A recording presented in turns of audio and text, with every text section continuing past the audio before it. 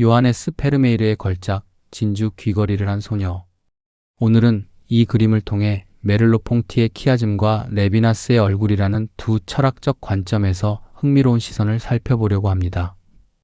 헤이그 마우리츠 하이스 미술관에 가면 가로 39cm, 세로 44.5cm의 작고 어두운 캔버스 앞에 수많은 이들이 멈춰서는 순간을 목격하게 됩니다. 어깨너머로 돌아보는 이 결정적인 자세는 마치 그녀가 자신의 일을 하던 중 누군가의 시선을 느끼고 돌아본 듯한 인상을 줍니다. 그녀는 단순히 정면을 향한 관찰의 대상이 아닙니다. 우리의 시선이 그녀를 돌아세운 것처럼 그녀의 시선은 무언가를 물으며 우리를 멈춰 세웁니다. 이 순간 우리는 그림 속 인물과 깊이 연결되는 경험을 하게 되죠. 이 그림 속 인물은 큰딸 마리아도 하녀도 아닙니다. 이 그림은 특정 인물의 초상화가 아닌 표정과 분위기를 담은 인물 습작, 즉 트로니입니다. 그녀는 처음부터 누구도 아니었습니다. 호적도 신분도 사연도 없는 이 비동일성은 역설적으로 우리의 시선을 더욱 강력하게 만듭니다. 우리는 그녀가 누구인지 모르기에 그 얼굴과 정면으로 마주설 수밖에 없게 되죠. 이름이 지워진 그녀의 시선은 그렇게 우리에게 깊은 인상을 남깁니다. 우리는 이 침묵하는 시선을 해독하기 위해 두 개의 철학적 렌즈를 사용하고자 합니다. 첫 번째는 모리스 메를로퐁티의 지각 개념으로 시지각의 교차와 얽힘에 주목합니다. 두 번째는 에마니엘 레비나스의 윤리 개념으로 윤리적 사건으로서의 얼굴에 대해 이야기할 것입니다. 이 두 관점이 어떻게 그림과 상호작용하는지 살펴보겠습니다. 메를로퐁티의 눈과 마음은 시지각이 일방적인 정보 수집이 아님을 밝힙니다. 그는 키아즘, 즉 X자 형태의 교차라는 개념을 제시하는데 이는 내가 대상을 볼 때 대상 또한 나를 본다는 상호적 관계를 의미합니다. 우리는 주체와 객체가 갈라지기 이전 서로 얽혀있는 근원적 차원인 사를 공유합니다. 진주 귀걸이를 한 소녀가 우리를 향해 시선을 던짐으로써 우리는 비로소 바라보는 자이자 동시에 보여지는 자로서 자신을 자각하게 되는 것이죠. 이 그림에서 창문에서 들어오는 빛은 방 너머의 외부 세계와 물리적 광원을 나타냅니다. 동시에 방 안과 관람객의 반사는 그녀가 존재하는 공간 그리고 그녀를 마주보고 있는 우리의 존재를 응축합니다. 거울처럼 세계를 비추는 키아즘의 우주 속에서 진주는 빛을 받아 반사하는 표면이자 보면서 동시에 보여지는 작은 우주입니다. 페르메이르는 단 두 개의 점으로 세계와 자아, 보는 자와 보이는 자의 얽힘을 캠퍼스 안에 절묘하게 설계했습니다. 다음으로 레비나스의 전체성과 무한에서 얼굴은 단순한 시각적 대상이 아닙니다. 우리는 타자를 마주할 때 그를 나의 범주에 끼워 넣어 가소적 이미지, 즉 쉽게 조작 가능한 이미지로 굳혀버리려 하는 경향이 있습니다. 그러나 진정한 얼굴은 그러한 범주와에 끊임없이 저항하며 자기가 그 이미지로 환원되지 않는 무한한 타자임을 폭로합니다. 얼굴은 타자의 고유성과 존엄성을 드러내며 우리의 인식의 틀을 넘어섭니다. 이 그림 속 소녀의 살짝 벌어진 입술은 무언가 말하려다 멈춘 듯한 정지의 순간을 포착합니다. 이것은 얼굴이 우리에게 건네는 근원적인 발화, 즉 빠롤입니다. 그녀가 침묵하고 있어도 타자의 얼굴은 우리에게 마치 모세의 십계명을 던지듯 호소합니다.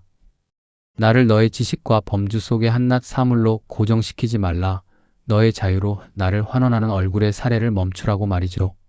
이것은 침묵 속에 담긴 무한한 호소입니다. 이제 지각과 윤리, 이 두 시선의 교차로를 표를 통해 비교해 볼까요? 메를로퐁티의 지각적 관점은 봄과 보임의 얽힘을 출발점으로 삼으며 타자를 같은 살에 속한 동료이자 또 다른 신체로 봅니다. 그림 앞에서 우리는 시선의 회로 속에서 보여지는 자아를 자각하게 됩니다.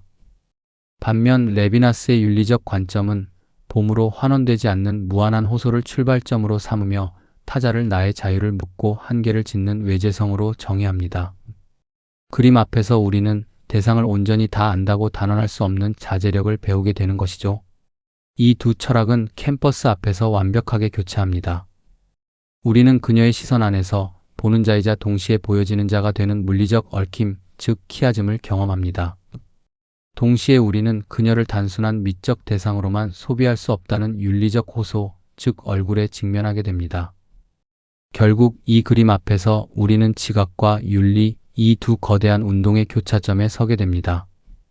지각이 윤리를 열고 윤리가 지각을 길들이는 순간을 경험하는 것이죠. 오늘날 우리는 셀카의 시대에 살고 있습니다.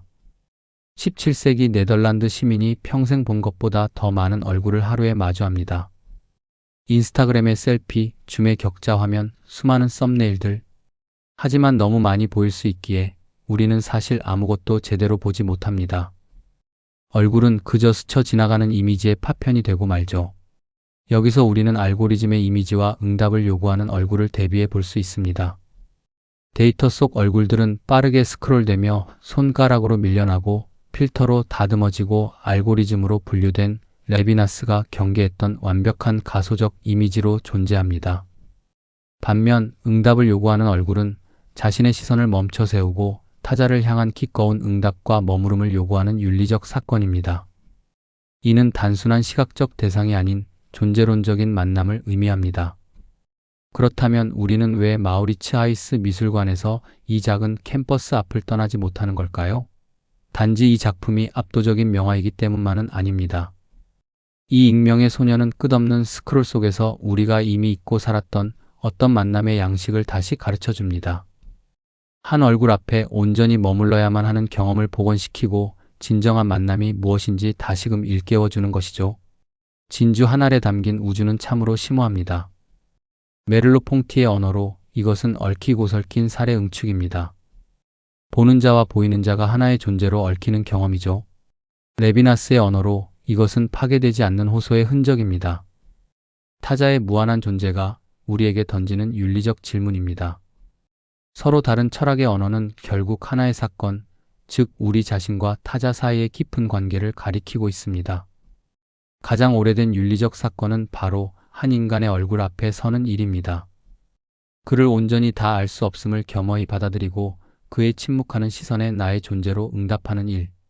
페르메이르의 작은 캠퍼스는 우리에게 다시 시선을 맺고 타자와 진정으로 마주하라고 요구하고 있습니다.